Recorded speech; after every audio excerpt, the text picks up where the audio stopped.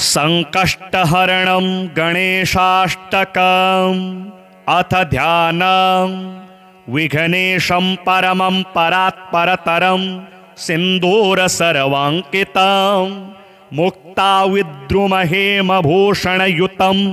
मन्दारमालार्चितम् आनन्दं च मनोहरं शुभकरं पाशाङ्कुशैः शोभितं ध्यायेद्विघ्नविनाशनं सुखकरं गौरीसुतं तं नमः। ॐ ॐ ओंकाररूपं त्र्यहमिति च परं यत्स्वरूपं तुरीयं त्रैगुण्यातीतनीलं कलयति मनसस्तेजसिन्दूरमूर्तिं योगीन्द्रैर्ब्रह्मरन्ध्रैः सकलगुणमयं श्रीहरेन्द्रेण संगं गं गं गं गं गणेशं गजमुखमभितो व्यापकं चिन्तयन्ति वं वं वं विघ्नराजं भजति निजभुजे दक्षिणे न्यस्तशुण्डं क्रं क्रं क्रं क्रोधमुद्रादलितरिपुबलं कल्पवृक्षस्य मूले दं दं दं दन्तमेकं ददति मुनिमुखं कामधेन्वा निषेव्यं धम धम धम धारयन्तं धनदमतिधियं सिद्धिबुद्धि द्वितीयं तुं तुं तुं तुंगरूपं गगनपथिगतं व्याप्नुवन्तं दिगन्तान् क्लीं क्लीं क्लीं कारनाथं गलितमदमिलल् लोलमत्तालिमालं ह्रीं ह्रीं ह्रींकारपिङ्गं सकलमुनिवर ध्येयमुण्डं च शुण्डं श्रीं श्रीं श्रीं श्रीं श्रयन्तं निखिलनिधिकुलं नौमि हेरम्बबिम्बं लौं लौं लौंकारमाद्यं प्रणवमिव पदं मन्त्रमुक्तावलीनां शुद्धं विघ्नेशबीजं शशिकरसदृशं योगिनां ध्यानगम्यं डं डं डं डामरूपं दलितभवभयं सूर्यकोटिप्रकाशं यं यं यं यज्ञनाथं जपति मुनिवरो बाह्यमभ्यन्तरं च हुं हुं हुं हेमवर्णं श्रुतिगणितगुणं शूर्पकर्णं कृपालुं ध्येयं सूर्यस्य बिम्बं ह्युरसि च विलसत् सर्पयज्ञोपवीतं स्वाहा हुं फट् नमोऽन्तेष्ठठट सहिते पल्लवः सेव्यमानं मंत्राणां सप्तकोटि प्रगुणित महिमा धारमीशं प्रपद्ये पूर्वं पीठं त्रिकोणं तदुपरि रुचिरं षट्कपत्रं पवित्रं यस्योर्ध्वं शुद्धरेखा वसुदलकमलं वास्वतेजश्चतुस्रं मध्ये हुंकारबीजं तदनु भगवतः स्वाङ्गषट्कं षणंसे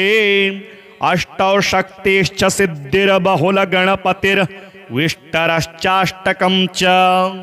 धर्माद्यष्टौ प्रसिद्धा दश दिशि विदिता वाध्वजाल्यः कपालं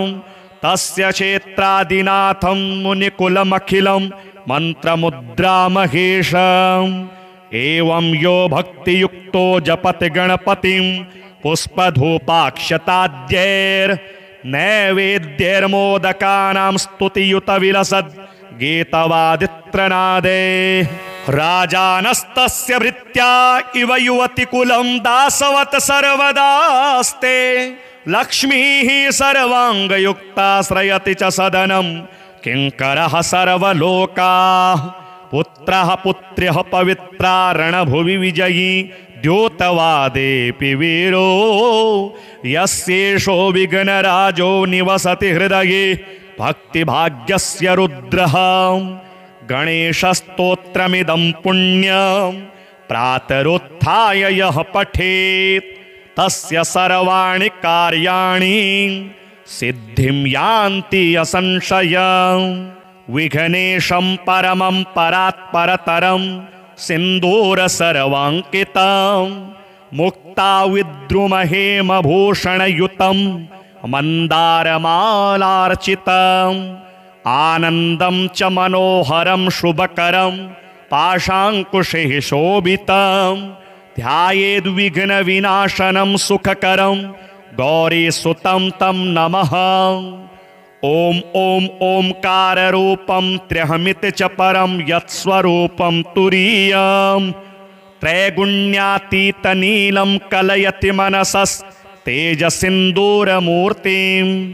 योगीन्द्रैर्ब्रह्मरन्ध्रैः सकलगुणमयं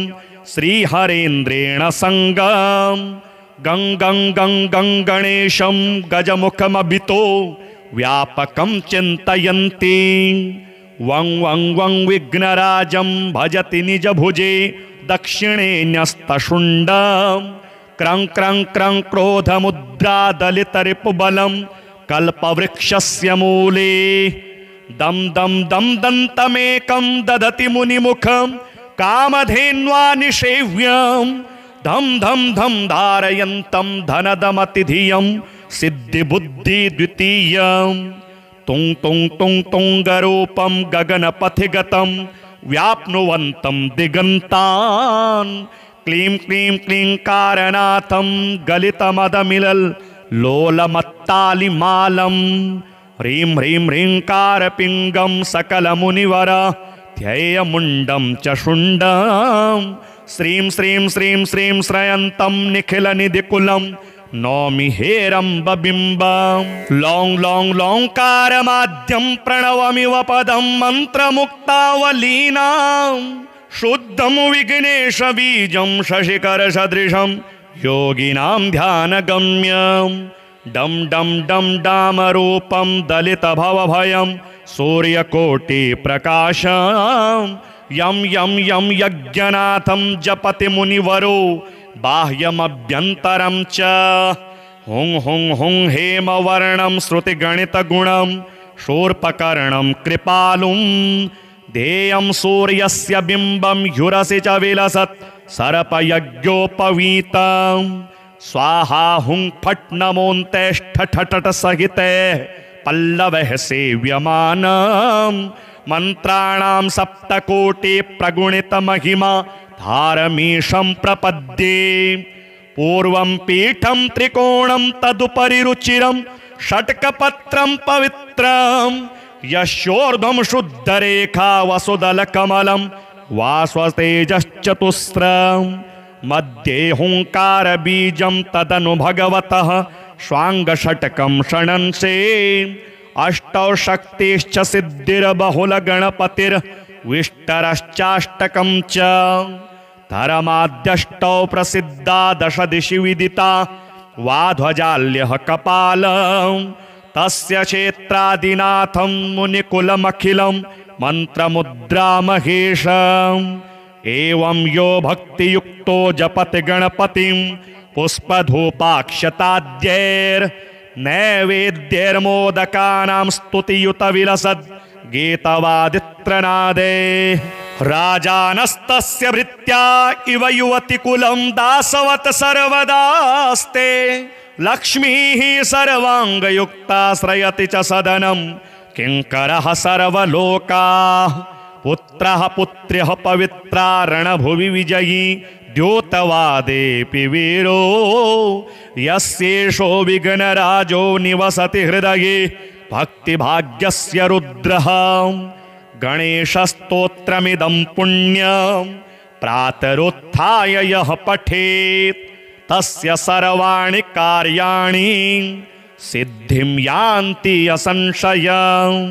विघ्नेशं परमं परात्परतरं सिन्दूर सर्वाङ्कितं मुक्ताविद्रुमहेमभूषणयुतं मन्दारमालार्चितम् आनन्दं च मनोहरं शुभकरं पाशाङ्कुशैः शोभितं ध्यायेद्विघ्नविनाशनं सुखकरं गौरीसुतं तं नमः। ॐ ॐ ओंकाररूपं त्र्यहमिति च परं यत्स्वरूपं तुरीयं त्रैगुण्यातीतनीलं कलयति मनसस्तेजसिन्दूरमूर्तिं योगीन्द्रैर्ब्रह्मरन्ध्रैः सकलगुणमयं श्रीहरेन्द्रेण सङ्गं गं गं गं गं गणेशं गजमुखमभितो व्यापकं चिन्तयन्ति वं वं वं विघ्नराजं भजति निजभुजे दक्षिणे न्यस्तशुण्डं क्रं क्रं क्रं क्रोधमुद्रादलितरिपुबलं कल्पवृक्षस्य मूले दम दम दम दन्तमेकं ददति मुनिमुखं कामधेन्वा निषेव्यं धम धम धम धारयन्तं धनदमतिधियं सिद्धिबुद्धि द्वितीयं तुं तुं तुं तुंगरूपं गगनपथिगतं व्याप्नुवन्तं दिगन्तान् क्लीं क्लीं क्लीं कारनाथं गलितमदमिलल लोलमत्तालिमालं ह्रीं ह्रीं ह्रींकारपिङ्गं सकलमुनिवर ध्येयमुण्डं च शुण्डं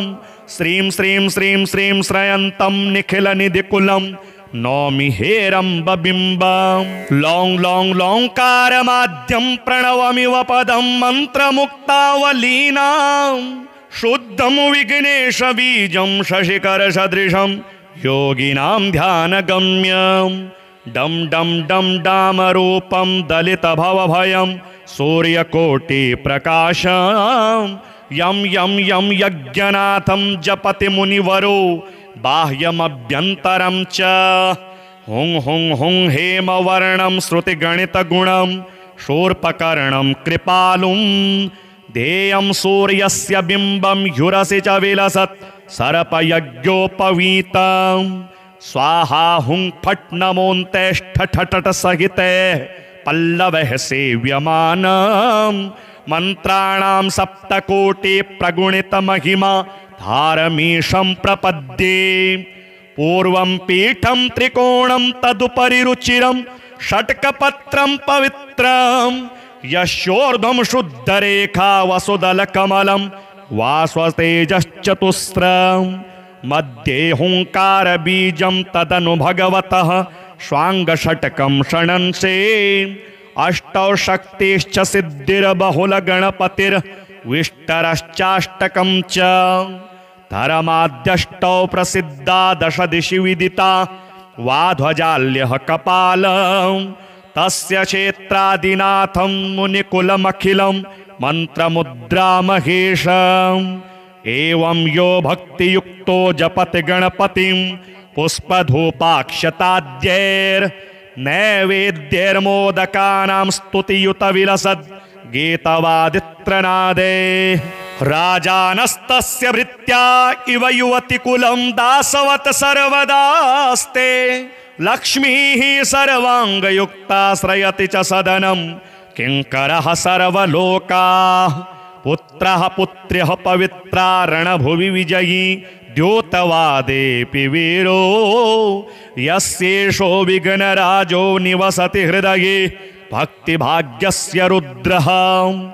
गणेशस्तोत्रमिदं पुण्यं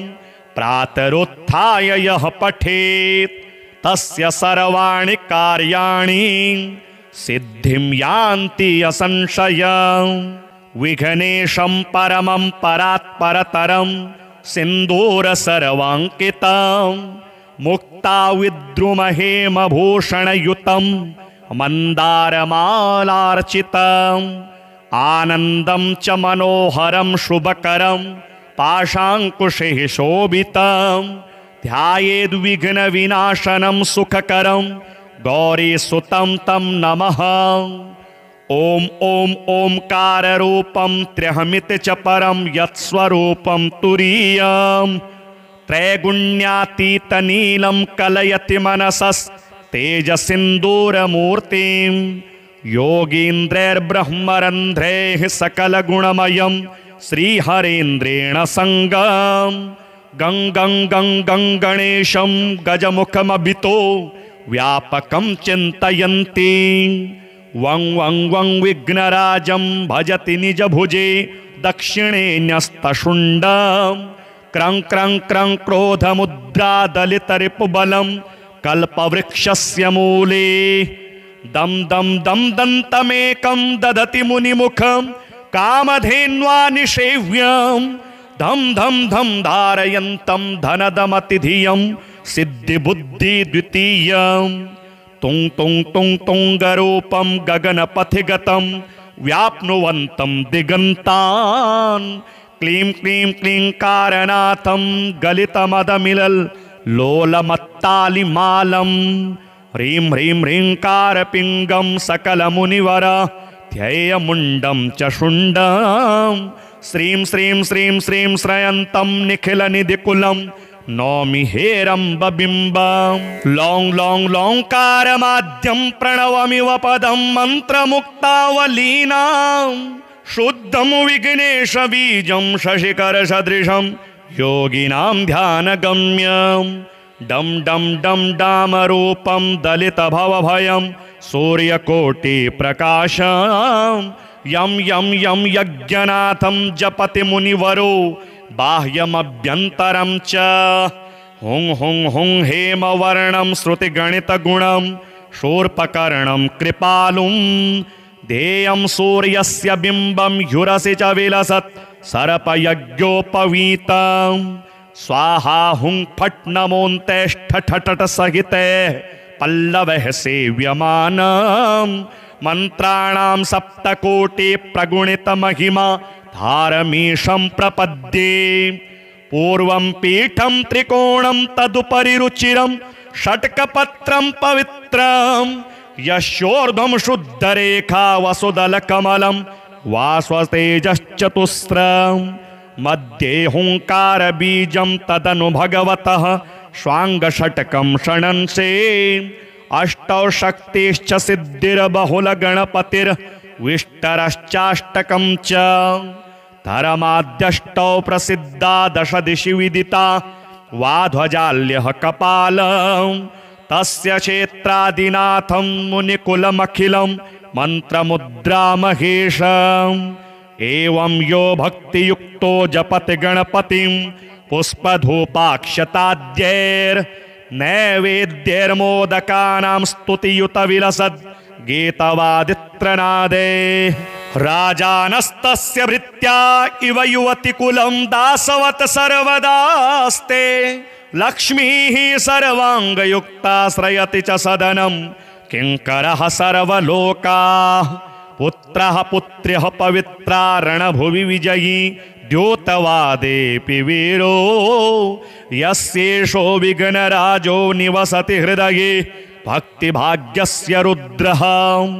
गणेशस्तोत्रमिदं पुण्यं प्रातरुत्थाय यः पठेत् तस्य सर्वाणि कार्याणि सिद्धिं यान्ति असंशयम् विघ्नेशं परमं परात्परतरं सिन्दूर सर्वाङ्कितं मुक्ताविद्रुमहेमभूषणयुतं मन्दारमालार्चितम् आनन्दं च मनोहरं शुभकरं पाशाङ्कुशैः शोभितं ध्यायेद्विघ्नविनाशनं सुखकरं गौरीसुतं तं नमः। ओम ओम ओंकाररूपं त्र्यहमिति च परं यत्स्वरूपं तुरीयं त्रैगुण्यातीतनीलं कलयति मनसस्तेजसिन्दूरमूर्तिं योगीन्द्रैर्ब्रह्मरन्ध्रैः सकलगुणमयं श्रीहरेन्द्रेण सङ्गं गं गं गं गं गणेशं गजमुखमभितो व्यापकं चिन्तयन्ति वं वं वं विघ्नराजं भजति निजभुजे दक्षिणे न्यस्तशुण्डं क्रं क्रं क्रं क्रोधमुद्रादलितरिपुबलं कल्पवृक्षस्य मूले दं दं दं दन्तमेकं ददति मुनिमुखं कामधेन्वा निषेव्यं धं धं धं धारयन्तं धनदमतिधियं सिद्धिबुद्धिद्वितीयं तुं तुं तुं तुंगरूपं गगनपथिगतं व्याप्नुवन्तं दिगन्तान् क्लीं क्लीं क्लींकारनाथं गलितमदमिलल् लोलमत्तालिमालं ह्रीं ह्रीं ह्रींकारपिङ्गं सकलमुनिवर ध्येयमुण्डं च शुण्डं श्रीं श्रीं श्रीं श्रीं श्रयन्तं निखिलनिधिकुलं नौमि हेरम्बबिम्बं लौं लौं लौंकारमाद्यं प्रणवमिव पदं मन्त्रमुक्तावलीनां शुद्धं विघ्नेशबीजं शशिकरसदृशं योगिनां ध्यानगम्यं डम डम डम डामरूपं दलितभवभयं सूर्यकोटिप्रकाशं यं यं यं यज्ञनाथं जपति मुनिवरो बाह्यमभ्यन्तरं च हुं हुं हुं हेमवर्णं श्रुतिगणितगुणं शूर्पकर्णं कृपालुं ध्येयं सूर्यस्य बिम्बं ह्युरसि च विलसत् सर्पयज्ञोपवीतं स्वाहा हुं फट् नमोऽन्तेष्ठठट सहिते पल्लवः सेव्यमानं मंत्राणां सप्तकोटि प्रगुणित महिमा धारमीशं प्रपद्ये पूर्वं पीठं त्रिकोणं तदुपरि रुचिरं षट्कपत्रं पवित्रं यस्योर्ध्वं शुद्धरेखा वसुदलकमलं वास्वतेजश्चतुस्रं मध्ये हुंकार बीजं तदनु भगवतः स्वांगषटकं षणंसे अष्टौ शक्तिश्च सिद्धिर्बहुलगणपतिर्विष्टरश्चाष्टकं च धर्माद्यष्टौ प्रसिद्धा दश दिशि विदिता वाध्वजाल्यः कपालं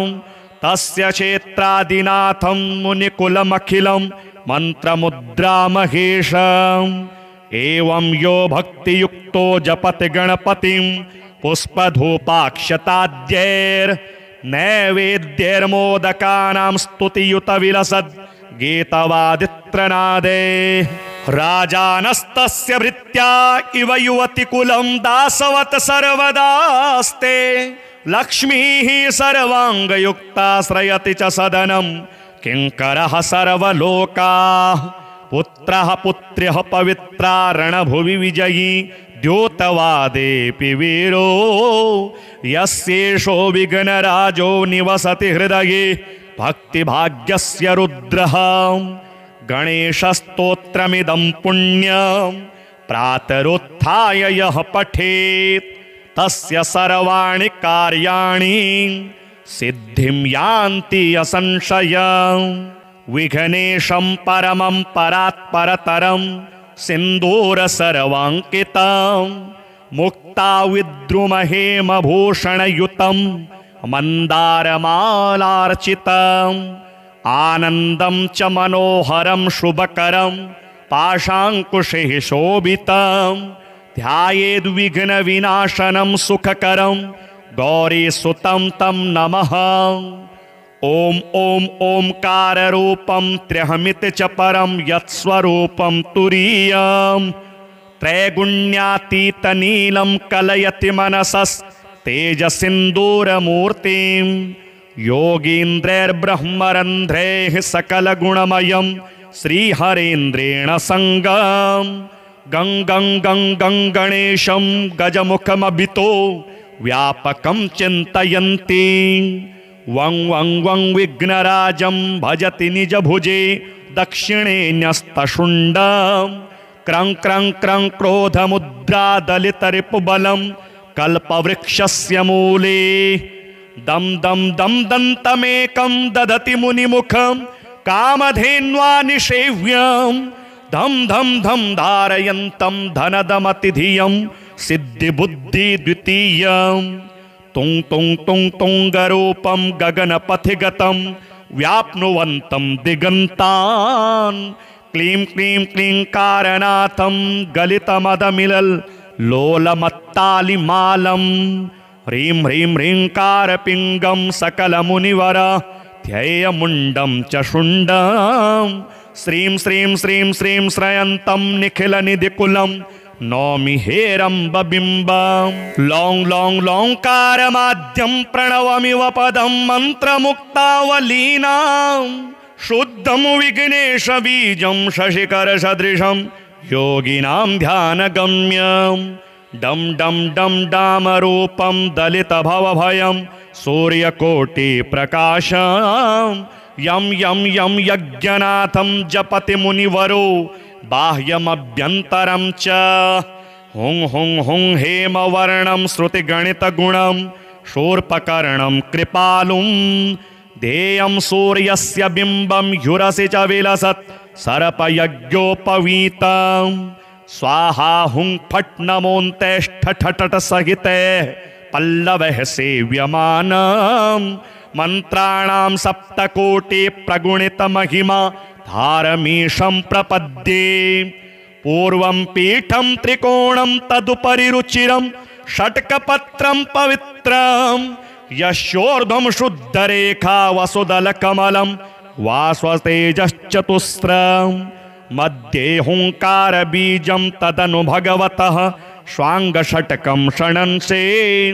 अष्टौ शक्तिश्च सिद्धिर्बहुल गणपतिर्विष्टरश्चाष्टकं च धर्माद्यष्टौ प्रसिद्धा दश दिशि विदिता वाध्वजाल्यः कपालं तस्य क्षेत्रादिनाथं मुनिकुलमखिलं मन्त्रमुद्रामहेशम् एवं यो भक्तियुक्तो जपति गणपतिं पुष्पधूपाक्षताद्यैर्नैवेद्यैर्मोदकानां स्तुतियुत विलसद् गीतवादित्रनादे राजानस्तस्य भृत्या इव युवतिकुलं दासवत् सर्वदास्ते लक्ष्मीः सर्वाङ्गयुक्ता श्रयति च सदनं किङ्करः सर्वलोकाः पुत्रः पुत्र्यः पवित्रा रणभुवि विजयी द्योतवादेऽपि वीरो यस्येषो विघ्नराजो निवसति हृदये भक्तिभाग्यस्य रुद्रः गणेशस्तोत्रमिदं पुण्यं प्रातरुत्थाय यः पठेत् तस्य सर्वाणि कार्याणि सिद्धिं यान्ति असंशयम् विघ्नेशं परमं परात्परतरं सिन्दूर सर्वाङ्कितं मुक्ता विद्रुमहेमभूषणयुतं मन्दारमालार्चितम् आनन्दं च मनोहरं शुभकरं पाशाङ्कुशैः शोभितं ध्यायेद्विघ्नविनाशनं सुखकरं गौरीसुतं तं नमः। ओम ओम ओंकाररूपं त्र्यहमिति च परं यत्स्वरूपं तुरीयं त्रैगुण्यातीतनीलं कलयति मनसस्तेजसिन्दूरमूर्तिं योगीन्द्रैर्ब्रह्मरन्ध्रैः सकलगुणमयं श्रीहरेन्द्रेण संगं गं गं गं गं गणेशं गजमुखमभितो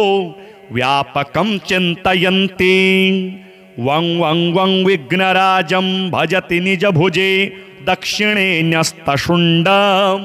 क्रं क्रं क्रं क्रोधमुद्रादलितरिपुबलं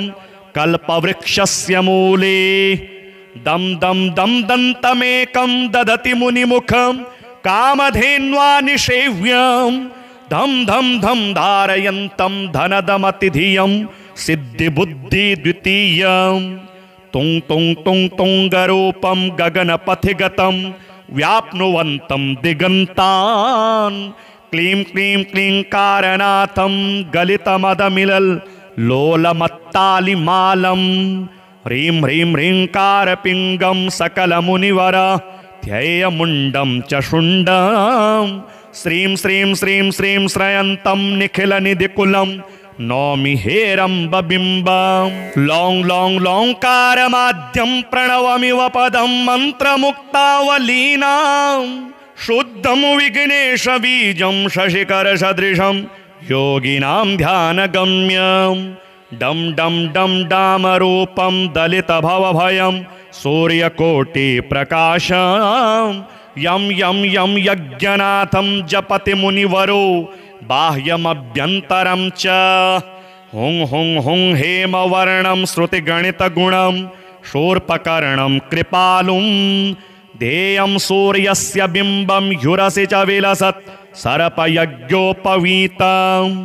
स्वाहा हुं फट् नमोऽन्तेष्ठठट सहिते पल्लवः सेव्यमानं मंत्राणां सप्तकोटि प्रगुणित महिमा धारमीशं प्रपद्ये पूर्वं पीठं त्रिकोणं तदुपरि रुचिरं षट्कपत्रं पवित्रं यस्योर्ध्वं शुद्धरेखा वसुदलकमलं वास्वतेजश्चतुस्रं मध्ये हुंकार बीजं तदनु भगवतः स्वांगषटकं षणंसे अष्टौ शक्तिश्च सिद्धिर्बहुल गणपतिर्विष्टरश्चाष्टकं विष्टरश्चाष्टकं च धर्माद्यष्टौ प्रसिद्धा दश दिशि विदिता वाध्वजाल्यः कपालं तस्य क्षेत्रादिनाथं मुनिकुलमखिलं मंत्रमुद्रा महेशम् एवं यो भक्तियुक्तो जपति गणपतिं पुष्पधूपाक्षताद्यैर्नैवेद्यैर्मोदकानां स्तुतियुत विलसद् गीतवादित्रनादे राजानस्तस्य भृत्या इव युवतिकुलं दासवत् सर्वदास्ते लक्ष्मीः सर्वाङ्गयुक्ता श्रयति च सदनं किङ्करः सर्वलोकाः पुत्रः पुत्र्यः पवित्रा रणभुवि विजयी द्योतवादेऽपि वीरो यस्येषो विघ्नराजो निवसति हृदये भक्तिभाग्यस्य रुद्रः गणेशस्तोत्रमिदं पुण्यं प्रातरुत्थाय यः पठेत् तस्य सर्वाणि कार्याणि सिद्धिं यान्ति असंशयम् विघ्नेशं परमं परात्परतरं सिन्दूर सर्वाङ्कितं मुक्ताविद्रुमहेमभूषणयुतं मन्दारमालार्चितम् आनन्दं च मनोहरं शुभकरं पाशाङ्कुशैः शोभितं ध्यायेद्विघ्नविनाशनं सुखकरं गौरीसुतं तं नमः। ओम ओम ओंकार रूपम त्र्यहमित च परम यत्स्वरूपम तुरीयम त्रैगुण्यातीत नीलम कलयति मनसस् तेजसिन्दूरमूर्तिं योगीन्द्रैर्ब्रह्मरन्ध्रैः सकलगुणमयं श्रीहरेन्द्रेण संगं गं गं गं गं गणेशं गजमुखमभितो व्यापकं चिन्तयन्ति वं वं वं विघ्नराजं भजति निजभुजे दक्षिणे न्यस्तशुण्डं क्रं क्रं क्रं क्रोधमुद्रादलितरिपुबलं कल्पवृक्षस्य मूले दं दं दं दन्तमेकं ददति मुनिमुखं कामधेन्वा निषेव्यं धम धम धम धारयन्तं धनदमतिधियं सिद्धिबुद्धि द्वितीयं तुंग तुंग तुंग तुंगरूपं गगनपथिगतं व्याप्नुवन्तं दिगन्तान् क्लीं क्लीं क्लींकारनाथं गलितमदमिलल् लोलमत्तालिमालं ह्रीं ह्रीं ह्रींकारपिङ्गं सकलमुनिवर ध्येयमुण्डं च शुण्डं श्रीं श्रीं श्रीं श्रीं श्रयन्तं निखिलनिधिकुलं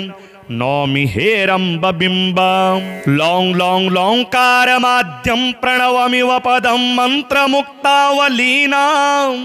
शुद्धं विघ्नेशबीजं शशिकरसदृशं योगिनां ध्यानगम्यं डं डं डं डामरूपं दलितभवभयं सूर्यकोटिप्रकाशं यं यं यं यज्ञनाथं जपति मुनिवरो बाह्यमभ्यन्तरं च हुं हुं हुं हेमवर्णं श्रुतिगणितगुणं शूर्पकर्णं कृपालुं ध्येयं सूर्यस्य बिम्बं ह्युरसि च विलसत् सर्पयज्ञोपवीतं स्वाहा हुं फट् नमोऽन्तेष्ठठट सहिते पल्लवः सेव्यमानं मंत्राणां सप्तकोटि प्रगुणित महिमा धारमीशं प्रपद्ये पूर्वं पीठं त्रिकोणं तदुपरि रुचिरं षट्कपत्रं पवित्रं यस्योर्ध्वं शुद्धरेखा वसुदलकमलं वास्वतेजश्चतुस्रं मध्ये हुंकारबीजं तदनु भगवतः स्वाङ्गषट्कं षणंसे अष्टौ शक्तिश्च सिद्धिर्बहुलगणपतिर्विष्टरश्चाष्टकं च धर्माद्यष्टौ प्रसिद्धा दश दिशि विदिता वाध्वजाल्यः कपालं तस्य क्षेत्रादिनाथं मुनिकुलमखिलं मंत्रमुद्रा महेशम् एवं यो भक्तियुक्तो जपति गणपतिं पुष्पधूपाक्षताद्यैर्नैवेद्यैर्मोदकानां स्तुतियुत विलसद् गीतवादित्रनादे राजानस्तस्य भृत्या इव युवतिकुलं दासवत् सर्वदास्ते लक्ष्मीः सर्वाङ्गयुक्ता श्रयति च सदनं किङ्करः सर्वलोकाः पुत्रः पुत्र्यः पवित्रा रणभुवि विजयी द्योतवादेऽपि वीरो यस्येषो विघ्नराजो निवसति हृदये भक्तिभाग्यस्य रुद्रः गणेशस्तोत्रमिदं पुण्यं प्रातरुत्थाय यः पठेत् तस्य सर्वाणि कार्याणि सिद्धिं यान्ति असंशयम् विघ्नेशं परमं परात्परतरं सिन्दूर सर्वाङ्कितं मुक्ताविद्रुमहेमभूषणयुतं मन्दारमालार्चितम् आनन्दं च मनोहरं शुभकरं पाशाङ्कुशैः शोभितं ध्यायेद्विघ्नविनाशनं सुखकरं गौरीसुतं तं नमः। ॐ ॐ ओंकाररूपं त्र्यहमिति च परं यत्स्वरूपं तुरीयं त्रैगुण्यातीतनीलं कलयति मनसस्तेजसिन्दूरमूर्तिं योगीन्द्रैर्ब्रह्मरन्ध्रैः सकलगुणमयं श्रीहरेन्द्रेण सङ्गं गं गं गं गं गणेशं गजमुखमभितो व्यापकं चिन्तयन्ति वं वं वं विघ्नराजं भजति निजभुजे दक्षिणे न्यस्तशुण्डं क्रं क्रं क्रं क्रोधमुद्रादलितरिपुबलं कल्पवृक्षस्य मूले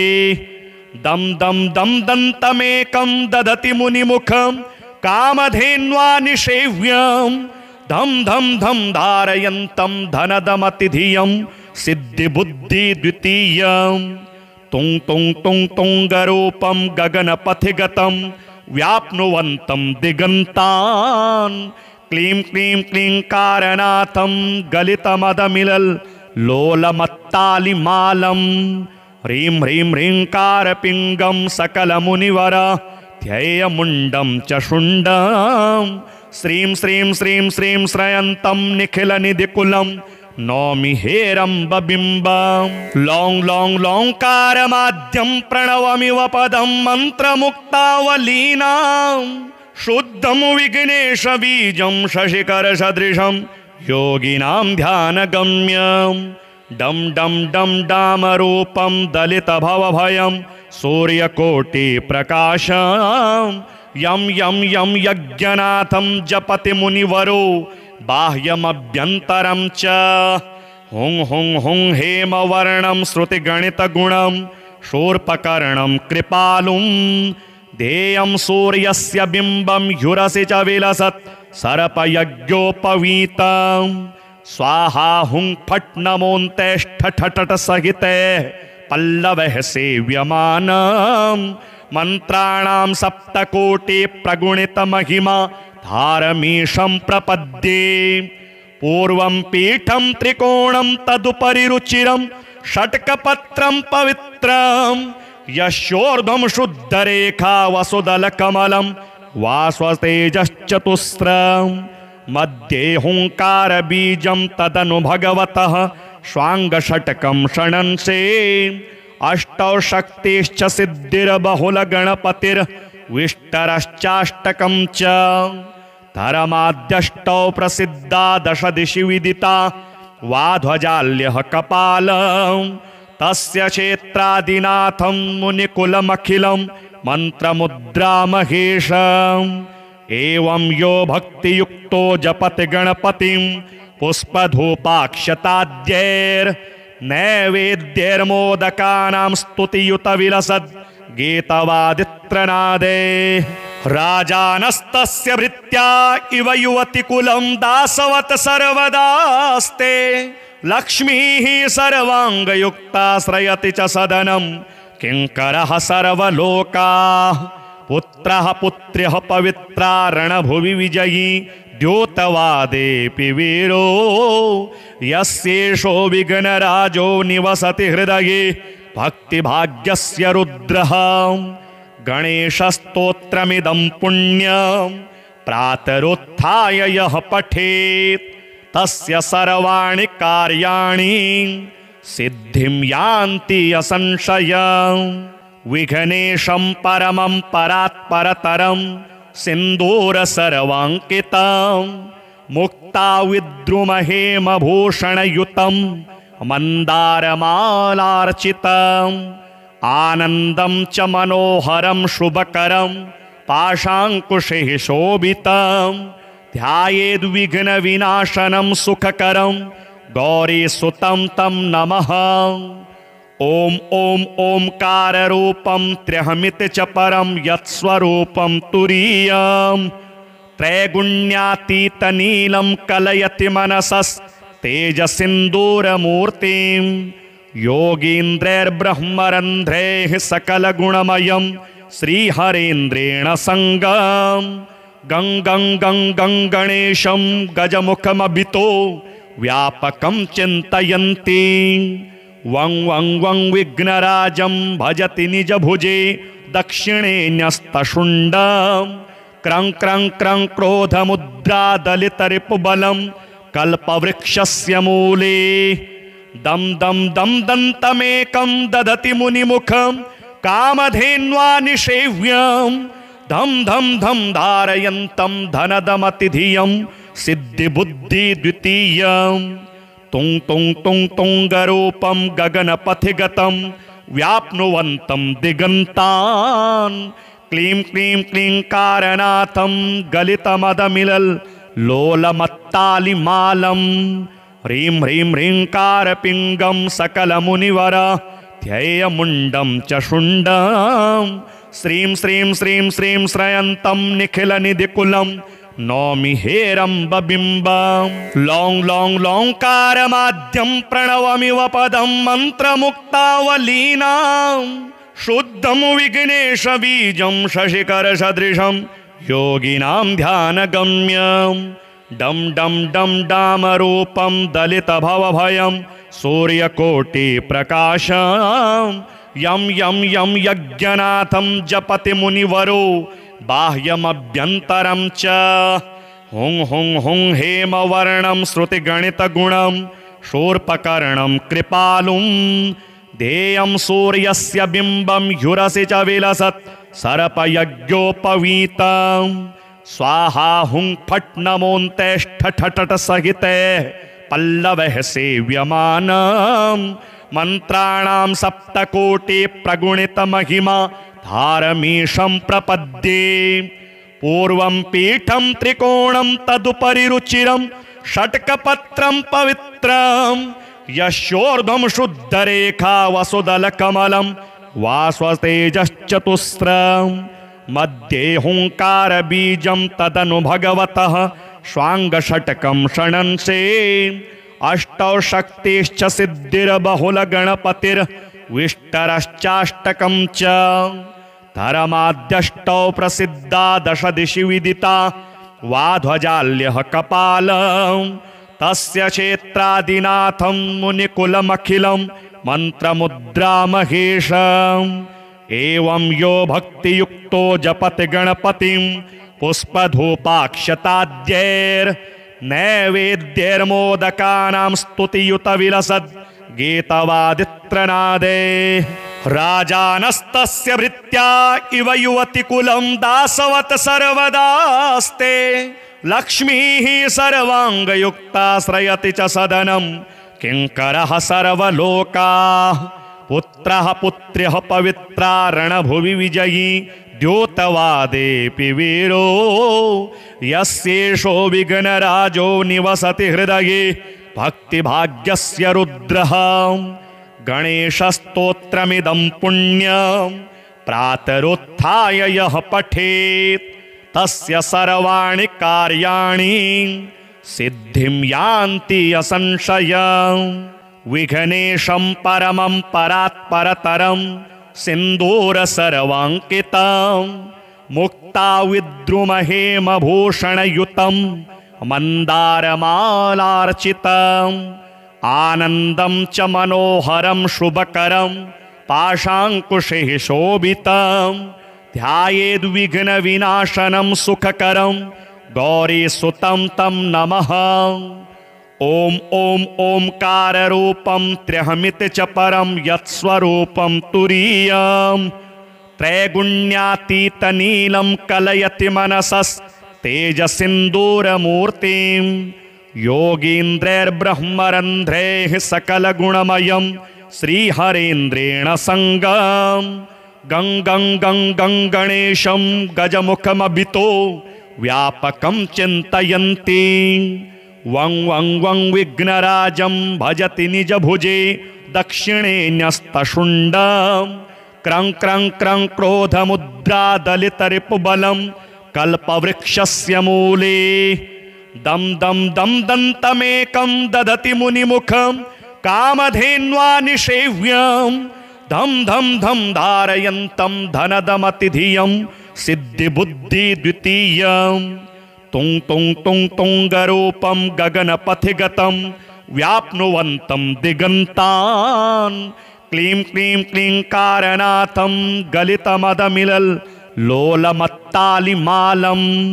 ह्रीं ह्रीं ह्रींकारपिङ्गं सकलमुनिवर ध्येयमुण्डं च शुण्डं श्रीं श्रीं श्रीं श्रीं श्रयन्तं निखिलनिधिकुलं नौमि हेरम्बबिम्बं लौं लौं लौंकारमाद्यं प्रणवमिव पदं मन्त्रमुक्तावलीनां शुद्धं विघ्नेशबीजं शशिकरसदृशं योगिनां ध्यानगम्यं डं डं डं डामरूपं दलितभवभयं सूर्यकोटिप्रकाशं यं यं यं यज्ञनाथं जपति मुनिवरो बाह्यमभ्यन्तरं च हुं हुं हुं हेमवर्णं श्रुतिगणितगुणं शूर्पकर्णं कृपालुं ध्येयं सूर्यस्य बिम्बं ह्युरसि च विलसत् सर्पयज्ञोपवीतं स्वाहा हुं फट् नमोऽन्तेष्ठठट सहिते पल्लवः सेव्यमानं मंत्राणां सप्तकोटि प्रगुणित महिमा धारमीशं प्रपद्ये पूर्वं पीठं त्रिकोणं तदुपरि रुचिरं षट्कपत्रं पवित्रं यस्योर्ध्वं शुद्धरेखा वसुदलकमलं वास्वतेजश्चतुस्रं मध्ये हुंकारबीजं तदनु भगवतः स्वाङ्गषट्कं षणंसे अष्टौ शक्तिश्च सिद्धिर्बहुलगणपतिर्विष्टरश्चाष्टकं च धर्माद्यष्टौ प्रसिद्धा दश दिशि विदिता वाध्वजाल्यः कपालं तस्य क्षेत्रादिनाथं मुनिकुलमखिलं मन्त्रमुद्रामहेशम् एवं यो भक्तियुक्तो जपति गणपतिं पुष्पधूपाक्षताद्यैर्नैवेद्यैर्मोदकानां स्तुतियुत विलसद् गीतवादित्रनादे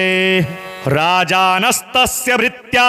इव युवतिकुलं दासवत् सर्वदास्ते लक्ष्मीः सर्वाङ्गयुक्ता श्रयति च सदनं किङ्करः सर्वलोकाः